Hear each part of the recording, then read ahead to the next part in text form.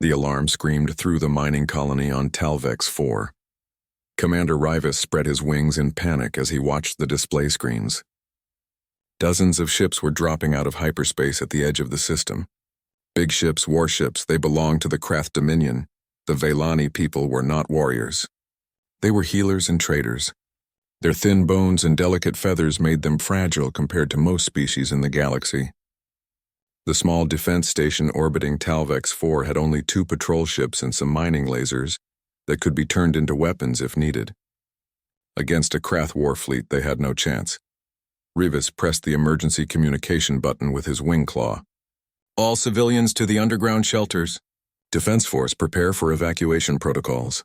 This is not a drill. The Krath ships were already moving toward the colony. They came like a swarm of dark insects across the black of space. Each bioship was grown rather than built, with armor made of hardened chitin and weapons that fired acid and plasma. The Krath were an old nightmare in this part of the galaxy.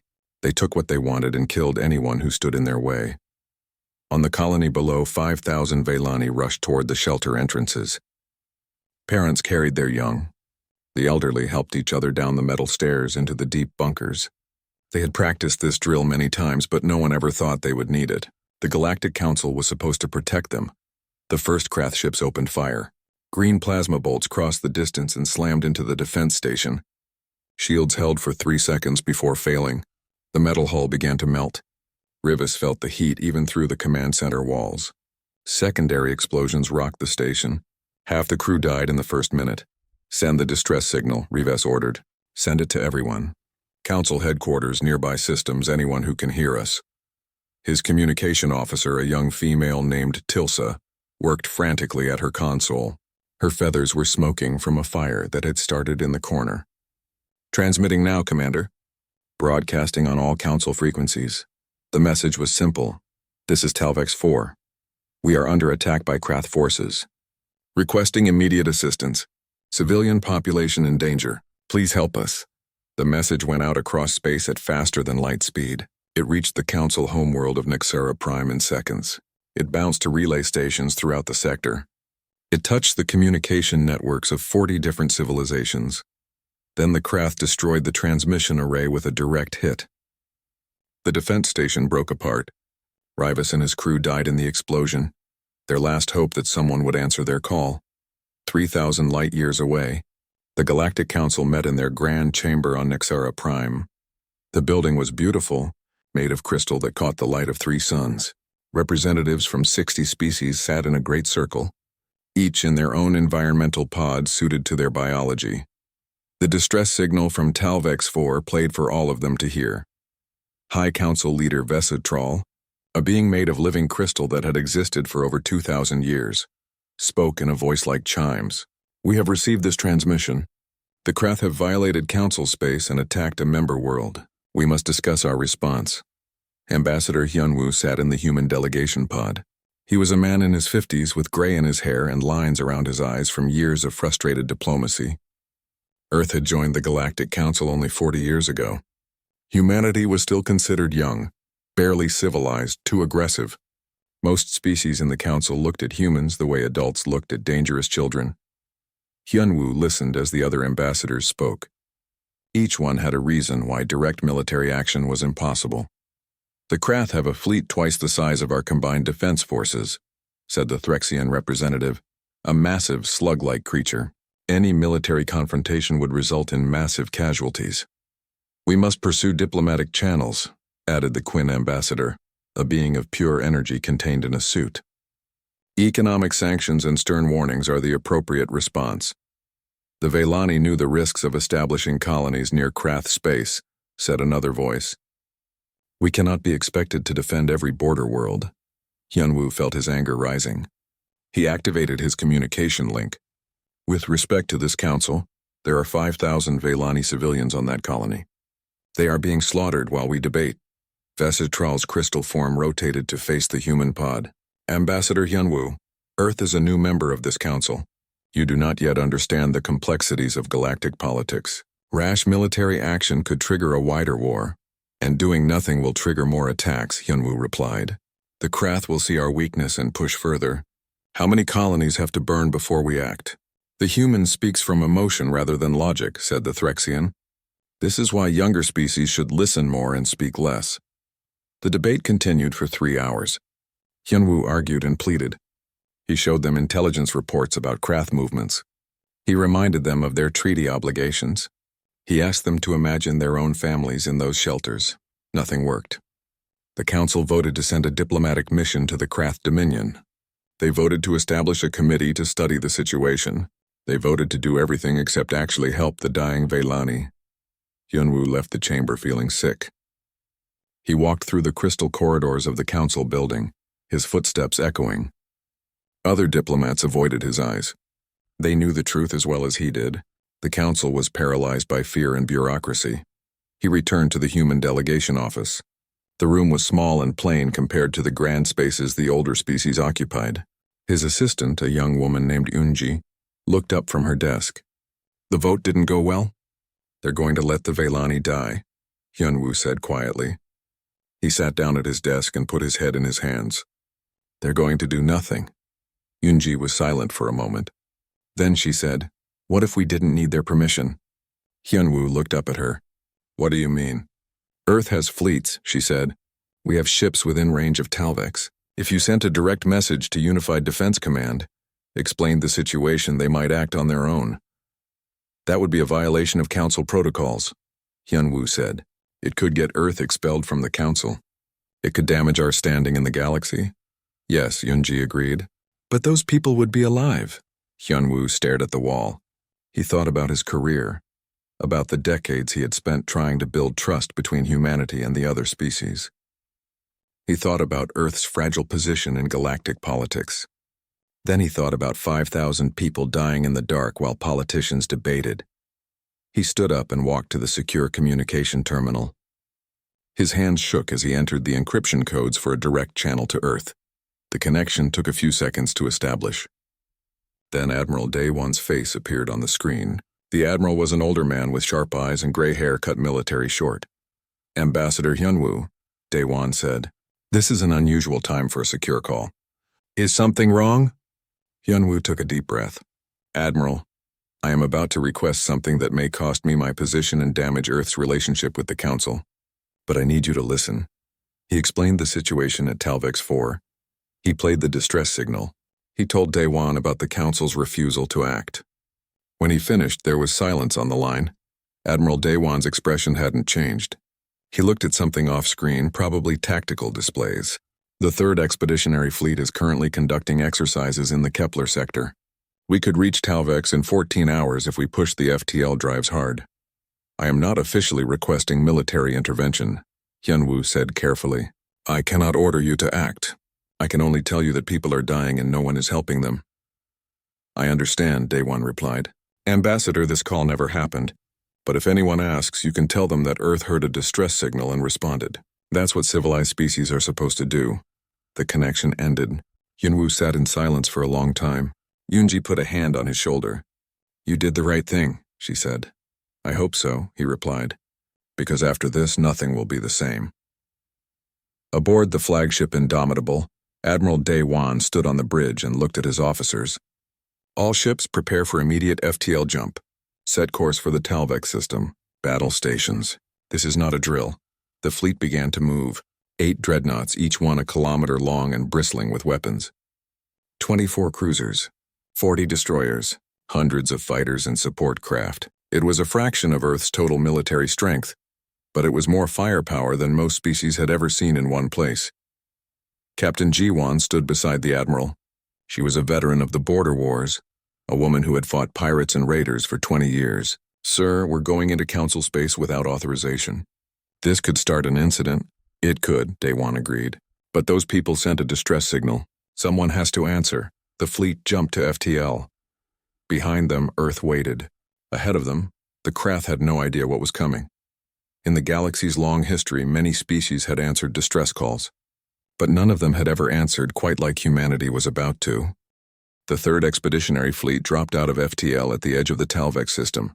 Space rippled and tore as dozens of human warships returned to normal space. The effect was like watching reality itself bend and then snap back into place. Captain G1 stood on the bridge of the Indomitable, and watched the tactical displays come alive with contacts. The Krath were everywhere. Their bioships swarmed around Talvex 4 like insects around a corpse. Orbital platforms burned. The defense station was gone, just debris now. Energy readings showed bombardment of the surface colonies. Tactical analysis, Ji-Wan ordered. Lieutenant Sang-hyuk worked at his console, his young face lit by the blue glow of the displays. Counting 73 Krath warships, Admiral. Sizes range from corvette class to 3 dreadnought equivalents. They outnumber us 3-1. Surface bombardment is ongoing. I'm detecting life signs in underground shelters, but they won't last long.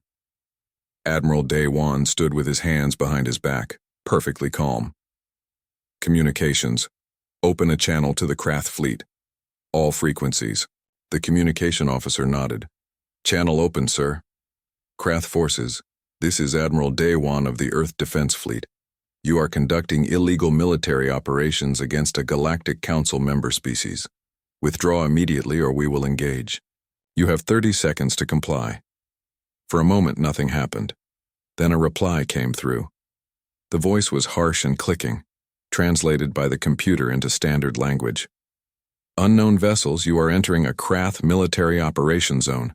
Your species is not recognized. Depart immediately or be destroyed. The Krath Dominion does not accept threats from primitives. Ji-Won looked at the Admiral. Dae-Won's expression didn't change. Helm. Battle Formation Delta. All ships. Weapons free. Target the ships conducting planetary bombardment first. The human fleet moved forward. The ships didn't dart and weave like most galactic vessels. They advanced in a solid wall, shields at full power, weapons charging. It looked slow and deliberate, almost casual. The Krath attacked first. Their bioships launched forward on organic thrust systems, closing the distance fast. Green plasma bolts and acid projectiles filled the space between the fleets. The Krath favored overwhelming swarm tactics, sending dozens of smaller ships to surround and destroy larger targets. The first plasma bolts hit the Indomitable's shields. The energy barriers flared bright and held. More hits followed. The shields flickered and failed after the 8th impact. On the Krath flagship, the Hive commander watched with satisfaction. The primitive vessels had weak shields like most Council species. Now the armor would melt and the ships would break apart, but the Indomitable didn't break apart. The plasma bolts hit the hull and scored black marks across the thick armor plating, but the ship kept coming. More hits followed. The armor blackened and glowed in spots but didn't penetrate. What are these ships made of? The Krath tactical officer chittered in confusion. The answer was simple. Earth's warships were built on the assumption that shields would fail. The armor was layered ceramic composites over titanium alloys over structural steel. It was heavy and old-fashioned by galactic standards, but it worked. Human warships were designed to take damage and keep fighting. Return fire, Ji-Wan ordered. All batteries target clusters Alpha through Delta. The Indomitable's main railguns fired. The weapons were simple in concept. Use electromagnetic acceleration to launch solid projectiles at a significant fraction of light speed. What they lacked, in sophistication they made up for in raw kinetic energy. The first railgun slug hit a Krath cruiser amidships. The projectile punched through the bioship's armor like it wasn't there, through the internal organs that served as engines and life support, and out the other side.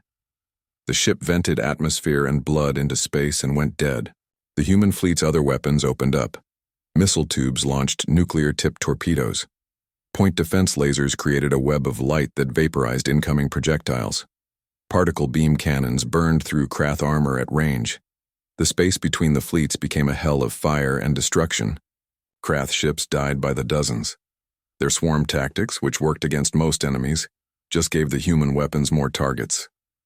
The computer-controlled point defense systems tracked and destroyed suicide ships before they could reach human vessels. The heavy armor meant Krath weapons needed sustained fire to cause real damage. But sustained fire was impossible when ships kept exploding. A Krath dreadnought moved to engage the Indomitable directly. The massive bioship was 3 times the size of the human flagship, its surface covered in organic cannon ports and acid launchers. It opened fire with everything it had. The Indomitable took the hits across its bow. Armor plating melted. A section of the forward hull breached.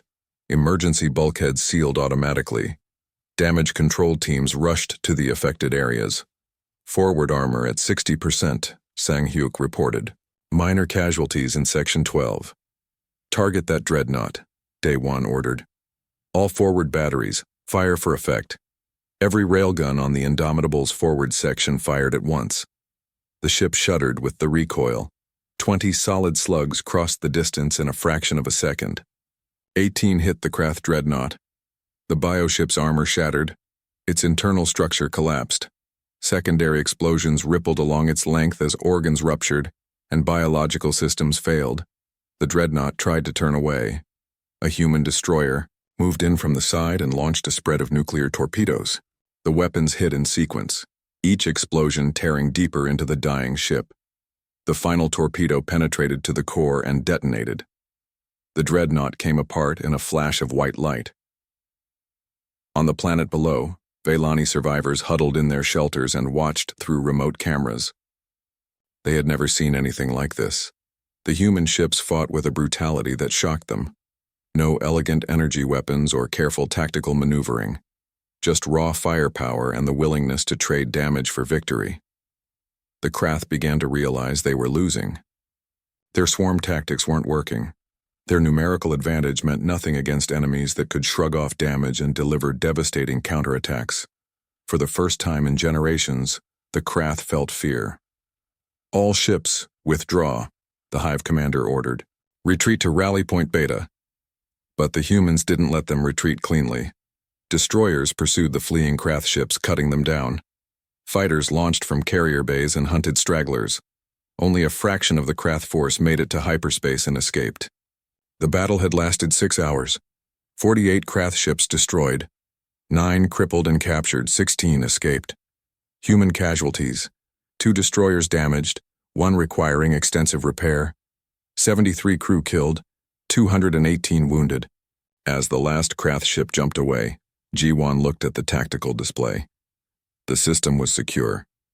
She activated the fleet-wide channel. All ships, excellent work. Begin search and rescue operations. Medical teams to the surface. Engineering crews prepare to stabilize orbital infrastructure. Let's help these people.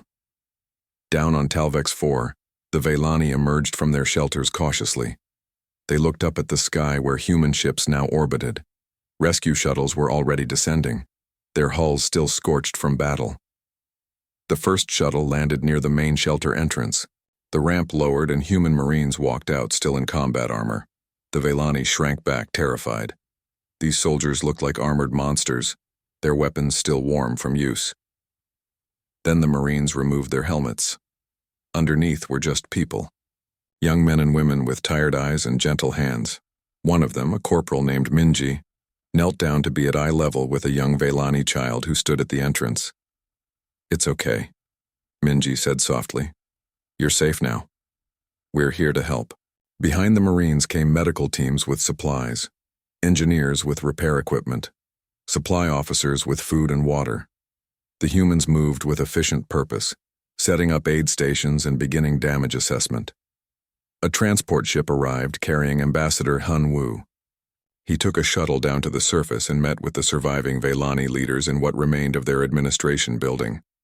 An elderly Vaylani named Thessel bowed deeply, his wings spread in a gesture of profound respect. "You came," he said, his voice breaking. "When no one else would, you came. Why?" Hyunwoo looked tired. "Because you needed help. Because it was the right thing to do." "The council will be angry," Thessel said. "Your people may face consequences for this unauthorized action." "Probably," Hyunwoo agreed. "But you're alive. That matters more." On the Indomitable, Admiral Daewon received a transmission from Earth. It was from the Defense Minister himself. "Admiral, I hope you understand the political situation you've created. The Council is in an uproar. Half of them are calling for sanctions against Earth. The other half are demanding we explain our actions." "I understand, Minister," Daewon replied. "But I had a choice between following protocol and saving lives. I chose lives." "I know you did. the minister said, and his tone softened slightly. For what it's worth, everyone back home is proud of what you did. The whole planet is watching. You showed the galaxy what humanity stands for. The transmission ended. Daewon looked out at the planet below, where human and Velani worked together to rebuild. He thought about the Krath ships they had destroyed, the lives they had taken. War was never clean or simple. The footage played across every major communication network in Council space. Hundreds of species watched as human warships tore through the Krath fleet. The images were brutal and clear. Ships exploding, bioarmor melting under railgun fire, nuclear detonations lighting up the dark of space. On the water world of Nalturi Prime, the Aquatic Council members gathered in their floating meeting chambers. They watched the battle recordings in shocked silence. The Nalturi were an ancient race over 10,000 years old, and they had seen many wars. But they had never seen anything quite like this. The humans fight like predators, one elder said, his translator turning his sonar clicks into words. No elegance. No restraint. Just raw destruction. They fight to win, another replied.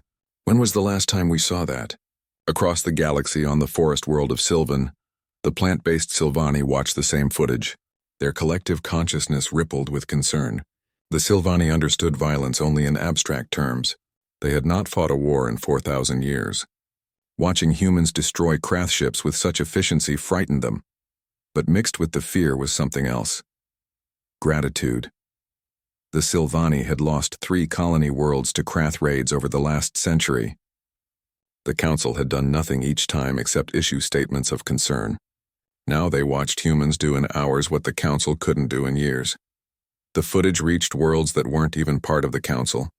Independent systems, neutral zones, even isolationist civilizations that rarely communicated with the wider galaxy. Everyone wanted to know about the species that had beaten the Krath so decisively. On the Krath homeworld, deep in their hive complexes, the queens gathered. They were ancient beings, each one hundreds of years old, their minds linked in the eternal hive consciousness. The loss at Talvex burned in their collective memory like acid. These humans must be destroyed, the eldest queen hissed. They have humiliated the Dominion. Our warriors fear them. We should study them first, a younger queen argued. Learn their weaknesses. Plan carefully. No, the eldest said. We must act quickly before they grow stronger. But we will not face them directly again. Not yet. We will use others to strike at them, make the humans look like the aggressors, turn the Council against them. In the Council chamber on Nexara Prime, chaos reigned. Ambassador Hyunwoo stood in the human delegation pod, facing a chamber full of angry representatives. Some were shouting. Others were demanding answers. A few sat in stunned silence. High Council leader Vesistral finally managed to restore some order. Her crystal form glowed bright with agitation. Ambassador Hyunwoo, your species has committed an act of unsanctioned military aggression in Council space. You violated protocols. You acted without authorization. Explain yourself, Hyunwoo stood calmly. He had known this was coming. The Velani sent a distress signal. The Council debated while they died. Earth responded. We saved 5,000 lives. You killed over 2,000 Krath warriors, the Threxian representative said. That is not peacekeeping. That is war. The Krath were conducting an illegal invasion, Hyunwoo countered. They were bombing civilian targets. What would you have had us do? Continue debating while innocents burned? You should have waited for Council approval, Vesistral said. That is how civilized species operate. We discuss. We negotiate. We find peaceful solutions. How many Velani would have died while you discussed? Hyunwoo asked. 1,000? All of them. Tell me, Council leader, what is the acceptable number of dead civilians before action is permitted? The chamber fell silent. No one had an answer to that. Ambassador Subin of the Velani delegation activated her communication link. She was young for a diplomat, barely 30 years old by galactic standards. Her voice shook slightly when she spoke. If I may address the Council, the humans saved my people. They came when no one else would.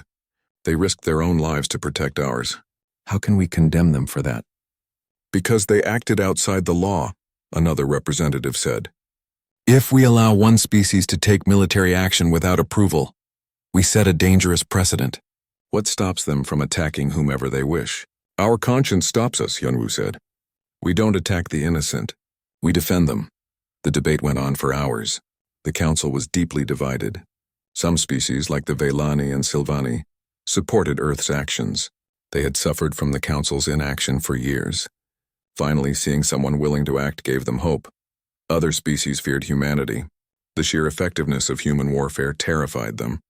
They saw potential conquerors, not saviors. They pushed for restrictions on Earth's military, demands for disarmament, even expulsion from the council. A vote was called. The motion was to censure Earth for unauthorized military action and place restrictions on human fleet movements in council space. The vote was close, very close.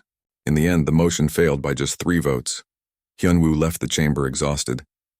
He knew this wasn't over. The political battle was just beginning.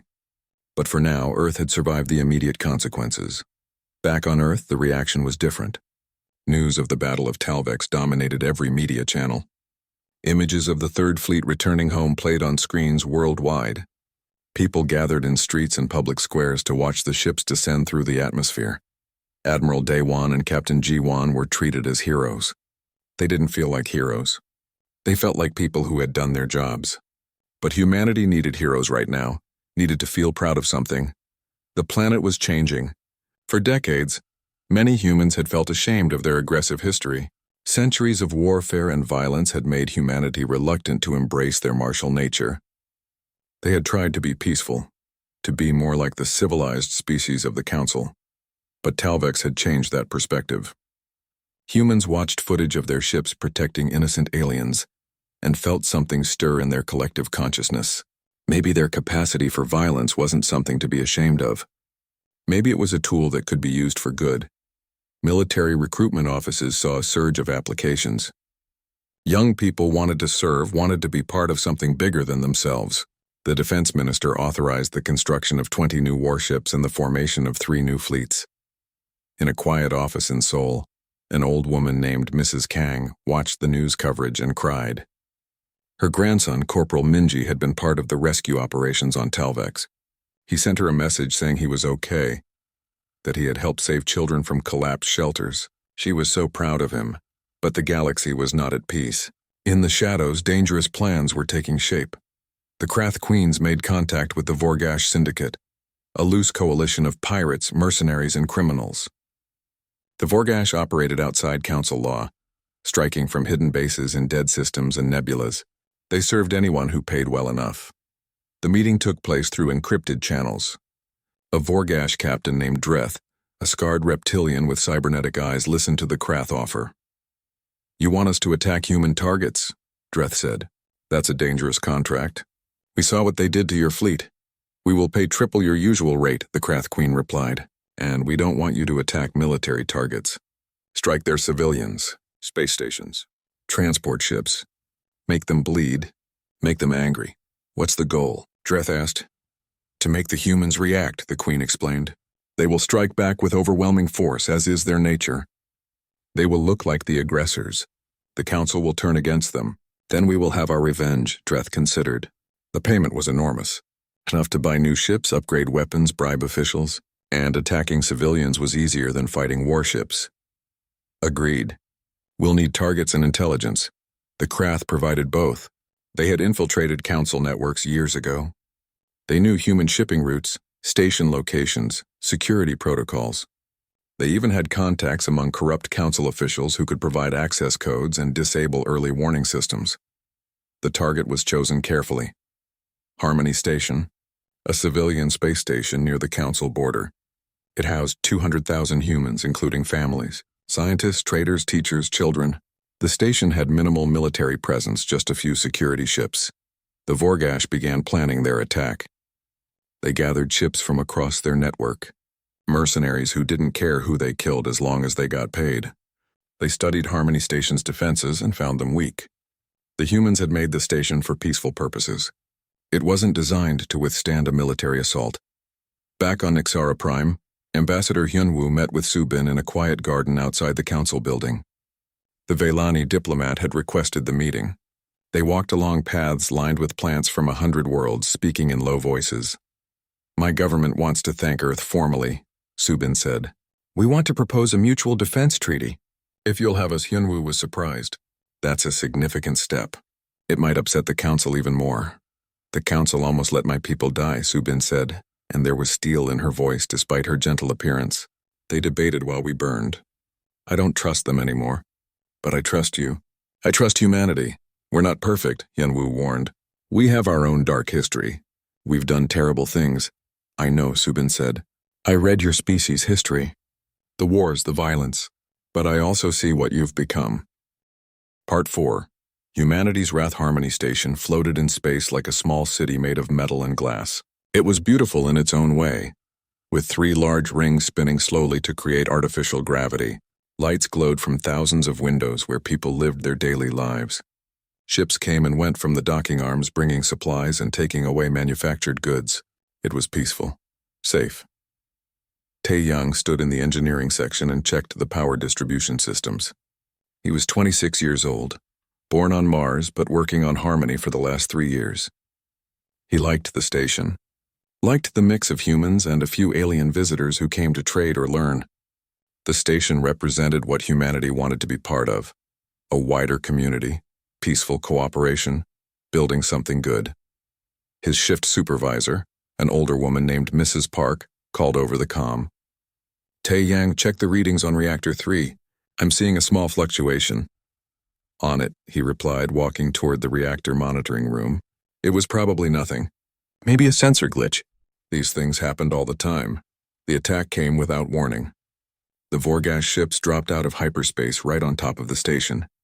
They had access codes stolen from corrupt council officials. The station's defense systems recognized them as friendly vessels until it was too late. The first explosion tore through the residential ring. A missile hit Section 12, where families lived. The hull ruptured. Atmosphere vented into space. People died screaming, pulled into the vacuum. Children who had been playing moments before simply ceased to exist. Alarms screamed throughout the station. Tae-yang felt the shudder through the deck plates and knew immediately this wasn't a system malfunction.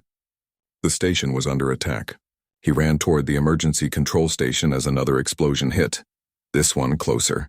The lights flickered and died. Emergency power came on, bathing everything in red. More missiles struck. The Vorgash weren't trying to disable the station.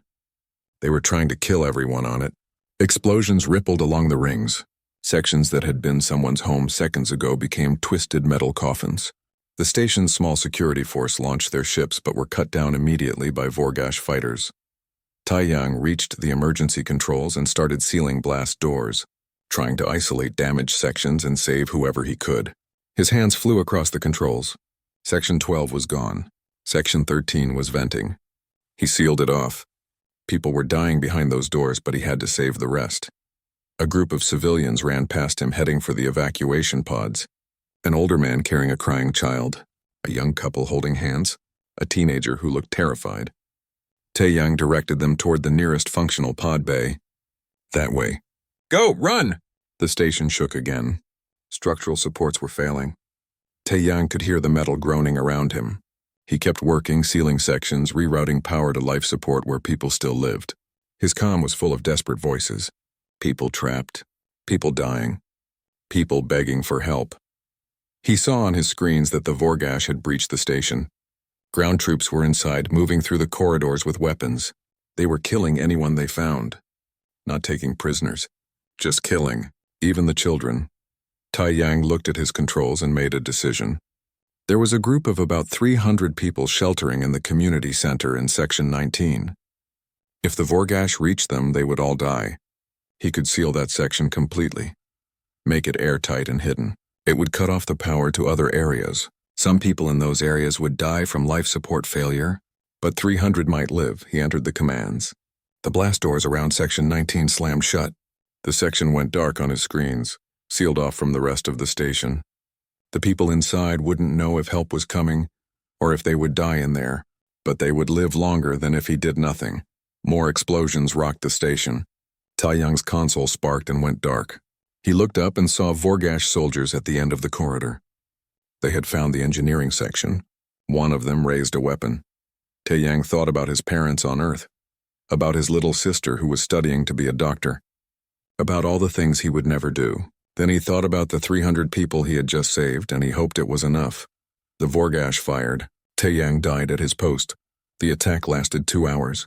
When it was over, 47,000 people were dead. Harmony Station was a broken wreck, barely holding together. The Vorgash jumped back to hyperspace, leaving no trace of where they had come from.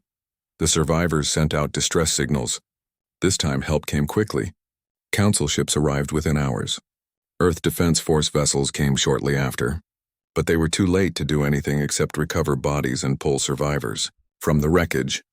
Among the survivors pulled from Section 19 were 287 people who had no idea they owed their lives to a young engineer named Taeyang. When they learned what he had done, some of them cried. Others just sat in silence, trying to process that someone had died to save them. Taeyang's last transmission was recovered from the engineering logs. It was a simple message recorded in the final seconds. Tell them we didn't run. Tell them we tried to save everyone we could. The message was broadcast across human space. It played on every news channel. It was shared millions of times on communication networks. Taeyang became a name that everyone knew. A face that represented all the innocent people who had died. On Earth, the reaction was not grief. It was rage. The Unified Defense Command headquarters in Geneva convened an emergency meeting. Every major military leader was present in person or by secure link. The Prime Minister spoke first, and his voice was cold. 47,000 of our people are dead, murdered by mercenaries who attacked civilian targets. This was not an act of war. This was mass murder. And we will respond. No one argued. No one called for restraint or diplomatic solutions. The debate wasn't about whether to act, but how. Admiral Daewon was given full command authority. I want every intelligence asset we have focused on finding who did this and where they are. I want them found within 48 hours. Intelligence Director Bora stepped forward. She was a quiet woman in her 40s who had spent 20 years in covert operations. We're already on it, Admiral. We have leads. The attack was too coordinated to be random. Someone provided the attackers with access codes and security information. We're tracking communications, following money transfers, interrogating sources. Find them, Daewon said. And when you do, tell me where they are. Earth issued a statement to the galaxy. It was broadcast on every channel, translated into every major language. The message was simple and terrifying. Any entity responsible for the attack on Harmony Station will be hunted to extinction. Any government that shelters them will be considered complicit. We will not negotiate. We will not show mercy. This is not a warning. It is a promise. The galaxy reacted with shock. This kind of absolute declaration was unheard of in modern times. Species didn't threaten complete destruction of their enemies. They didn't promise extinction-level responses. That was barbaric. That was what pre-civilized species did. But humanity wasn't bluffing. Within 36 hours, Agent Bora's team had answers. The Vorgash Syndicate had carried out the attack. They traced the money back to Krath accounts. They found the corrupt council officials who had provided access codes. They identified the Vorgash leader who had planned the operation, Captain Dreth, and they found where the Vorgash were hiding. The Hrakon Nebula, a massive cloud of gas and dust in unclaimed space. The Vorgash had built a hidden base deep inside the nebula, thinking they were safe from retaliation. They were wrong. Admiral Daewon mobilized 3 fleets, the 3rd, 5th, and 7th, over 100 warships. It was the largest military force humanity had ever assembled for a single operation. They weren't going to raid the base. They were going to erase it from existence. The fleet jumped to the Hrakon Nebula. Captain Jiwon stood on the bridge of the Indomitable once again, but this time the mood was different. There was no satisfaction in this mission, no pride, just cold, focused anger. The nebula was difficult to navigate. The gas and radiation interfered with sensors. But human ships had been designed for harsh environments. They pushed into the nebula slowly, methodically scanning for the base. It took 6 hours to find it. The Vorgash base was massive, carved into a large asteroid and protected by minefields, defense platforms, and over 50 ships. It was a fortress. The Vorgash had been using it for decades, growing rich on piracy and slavery. Admiral Daewon broadcast on all frequencies. His face appeared on every screen in the Vorgash base. You killed our children. You murdered innocents who never threatened you. You did it for money. Now you pay the price. The Vorgash commander, Captain Dreth, tried to respond. Wait, we can negotiate. We were hired. We were just following a contract. There is no negotiation, Day One replied. You made your choice when you pulled the trigger. Now face the consequences. The human fleet attacked. There was no tactical maneuvering, no attempt at minimal casualties. The humans came in with overwhelming force and the intention to destroy everything. Railguns fired continuously. Nuclear torpedoes launched in waves. The Vorgash defense platforms exploded one after another. The Galactic Council chamber was in chaos. Representatives shouted at each other across the Great Circle. Some called for immediate action against Earth. Others defended humanity's response. A few sat in shocked silence, trying to process what they had witnessed. High Council leader Vesitral struggled to maintain order. Her crystal form glowed bright with stress. Please, we must discuss this calmly. Ambassador Hyunwoo has been summoned to answer for humanity's actions. The human delegation pod opened. Hyunwoo walked in slowly. He looked older than he had a month ago. The weight of recent events showed in his eyes. He stood at the center of the chamber and waited. The Threxian representative spoke first, his massive form quivering with anger. Your species has committed an act of barbarism that shocks the civilized galaxy. You destroyed an entire base. 30,000 beings killed without trial, without mercy, without even accepting surrender. You are murderers. They murdered 47,000 of our people first, Hyunwoo replied quietly. They killed children. They targeted civilians deliberately. What would you have had us do? Pursue legal action through proper channels, Vestral said. Capture the perpetrators and bring them to justice through council courts. That is how civilized species operate. How long would that have taken? Hyunwoo asked. Years, decades, and while we waited, how many more attacks would have happened? How many more innocents would have died while we filled out the proper forms? That doesn't justify what you did, another representative said. You crossed a line.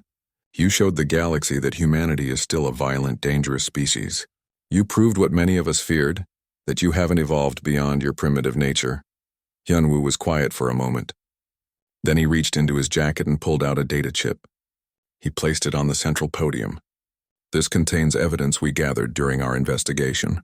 Financial records, communications, security footage. I suggest you all review it carefully. Vesistral activated the data chip. Holographic displays appeared throughout the chamber. The representatives watched as the evidence played out. Bank transfers from Krath accounts to the Vorgash. Communications planning the attack. Security codes provided by council officials. And faces. 12 members of the Galactic Council had taken bribes to allow the attack on Harmony Station. The chamber fell silent. On the displays were names, dates, amounts. 3 of the corrupt officials were sitting in the chamber at that very moment. Their faces appeared on the screens alongside evidence of their crimes. You talk about civilization, Hyunwoo said, and his voice was hard now. You talk about proper channels and legal procedures. But some of you sold out innocent people for money. You enabled mass murder and then have the nerve to lecture us about justice. One of the named officials, a Quinn representative, tried to speak. This is a fabrication. Lies meant to divide the council. It's all verified, Hyunwoo said. We have the original communications from your personal servers. We have testimony from the financial institutions. We have everything. You can deny it if you want, but the evidence speaks for itself. The chamber erupted again. The accused officials were shouting. Their accusers were shouting. Ancient alliances were fracturing in real time. The council was tearing itself apart. Hyunwoo waited for the noise to die down. Then he spoke again, and this time his words were final.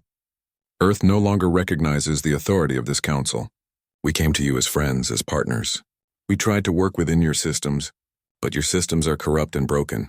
They protect bureaucrats while innocent people die. We're done with it. You cannot simply leave the council, Vestral said, her voice showing shock. There are treaties, agreements, procedures for withdrawal. Watch us, Hyunwoo said. He turned and walked out of the chamber. He didn't look back. The news of Earth's withdrawal spread across the galaxy within hours. And within days, other species made the same choice. The Veilani were first.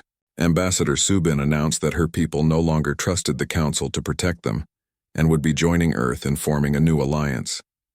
The aquatic Nalturi followed. Then the Silbani, then species that had been on the edge of council politics for generations. tired of being ignored while stronger members made all the decisions. Within 2 weeks, 17 species had withdrawn from the Galactic Council to form something new. They called it the Mutual Defense Coalition. The charter was simple. Member species agreed to defend each other against external threats. Any attack on one was considered an attack on all. Decisions would be made quickly without endless debate. Military forces would be coordinated and ready to respond rapidly. The old council watched their authority crumble. Without Earth's military power and the support of other key species, they were left with bureaucracy but little actual ability to enforce anything. Some members argued they should declare war on the coalition. Cooler heads pointed out that such a war would be suicide. The humans alone could probably defeat the remaining council forces. Combined with their new allies, it wouldn't even be close. But the Krath Dominion saw an opportunity. With the galaxy divided, with the council weakened, they saw a chance to reclaim their lost pride. The queens gathered once more in their deep hive complexes and made a decision that would change everything. "We will strike at Earth itself," the eldest queen declared. "Gather every ship. Call in every warrior. We will assault their homeworld and show the galaxy that the Krath cannot be defeated. If we destroy Earth, the coalition will fall apart." It was a desperate plan, possibly suicidal. But the Krath had been driven by pride and revenge for generations. They couldn't accept the humiliation of their defeats. They would rather die fighting than live with shame. The Krath began assembling their forces. It took months. They pulled ships from every border, every territory. They conscripted every warrior capable of fighting. The fleet they assembled was the largest in Krath history. Over 3,000 bioships, millions of warriors. It was everything the Dominion had. Earth's intelligence network detected the buildup. Agent Bora brought the reports to Admiral Dewan personally. "Sir, the Krath are planning something big. We think they're going to attack Sol system directly." "Do we know when?" Dewan asked. "Within the next few weeks. They're trying to keep it secret, but a force that size can't hide completely." Dewan nodded slowly. He had been preparing for this possibility since Talvex. He activated the secure command channel. "This is Admiral Dewan to all defense command centers. Initiate Fortress Sol protocols. All fleets return to home system. Activate all defense platforms. This is not a drill." Over the next weeks, Earth's solar system transformed into the most heavily defended location in the galaxy. The 1st through 4th fleets took up positions around Earth. The 5th and 7th guarded the outer planets. Defense stations that had been built over decades came online. Weapons platforms hidden in asteroid fields activated. The moon itself revealed massive railgun batteries built into its surface. Fighter wings practiced intercept patterns. Marine units prepared for the possibility of ground assault. Every able-bodied human who could handle a weapon was organized into militia units. Earth wasn't just preparing to defend itself. It was preparing to end the Krath threat permanently. Ambassador Hyunwoo stood in the coalition headquarters on Mars and watched the preparations with Subin beside him. She looked worried. "Can you really stop them?" "There are so many Krath ships. We don't need to stop them," Hyunwoo said. "We need to destroy them. Completely. So thoroughly that no one ever threatens Earth again." The Krath fleet arrived on a Tuesday morning. They dropped out of hyperspace at the edge of the solar system like a swarm of locusts. 3,000 bioships, each one organic and alien and terrifying.